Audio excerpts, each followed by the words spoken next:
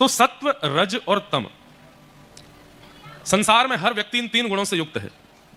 किसी के अंदर तमोगुण ज्यादा है। तमोगुणी व्यक्ति कैसा होता है? तामसी, नेगेटिव वाइब्स होती हैं उसकी। वो किसी भी व्यक्ति को देखता है तो गुण बाद में देखेगा, पहले दुर्गुण देखेगा। उसके सामने जो आ जाए, महान से महान भक्त आ जाए, महान से महान श्रेष्ठ कोई फिलोसफर आ जाए, कोई कितना भी श्रेष्ठ उसके सामने आ जाए, उसका एक दुर्गुण है, वो पहले दुर्गुण ही देखता है, इसमें बुराई क्या है। ऐसा नहीं है कि तमोगुण व्यक्ति एकाध दो ही होते हैं, लगभग हम सबके अंदर तमोगुण होता है, पर किसी किसी के अंदर ज्यादा होता है। और तमोगुणी व्यक्ति का सबसे बड़ा दोष है कि उसको राम जी में भी दोष दिख जाता है। जैसे रावण, जहां राम जी के रूप का वर्णन करते हैं कि प्रभु श्री राम जब वन में विचरण करते थे, तो अब देखो कितना सुंदर चरित्र है कि राम जी जब वन में विचरण करते थे तो धन तो था नहीं पास में, लेकिन गांव जाते थे और वहां से खूब सारी सामग्री खरीद कर लाते थे। तो फिर किसी ने पूछा खरीदते कैसे थे? उन पर धन तो था नहीं, वनवासी हैं।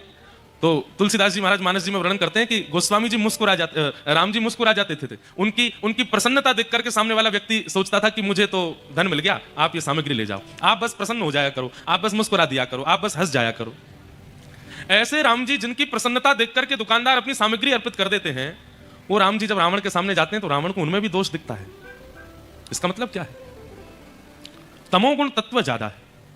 हम आप सब में भी वो तमोगुण है, पर सत्संग करने से क्या होता है, धीरे धीरे धीरे इनके पैरामीटर लो होने लगते हैं। तमोगुण धीरे धीरे शांत होगा, सत्वगुण धीरे धीरे शांत होगा, रजोगुण धीरे धीरे शांत होगा, और कथाएं सुनते सुनते सुनते एक दिन क्या होगा, इनकी स्थिति शून्य हो जाएगी। और जैसे ही रजोगुण, तमोगुण, सतोगुण शून्य होते हैं, व्यक्ति निर्गुण हो जाता है, और निर्गुण होते ही कृष्ण प्रकट होते हैं। जब तक निर्गुण नहीं हुआ जाएगा तब तक ठाकुर जी की इच्छा पर डिपेंड करता है कि वो आपसे मिलेंगे कि नहीं। पर अगर आप निर्गुण हो गए तो ठाकुर जी को आना पड़ेगा, अनिवार्य है। एक होता है निमंत्रण और एक होता है आमंत्रण।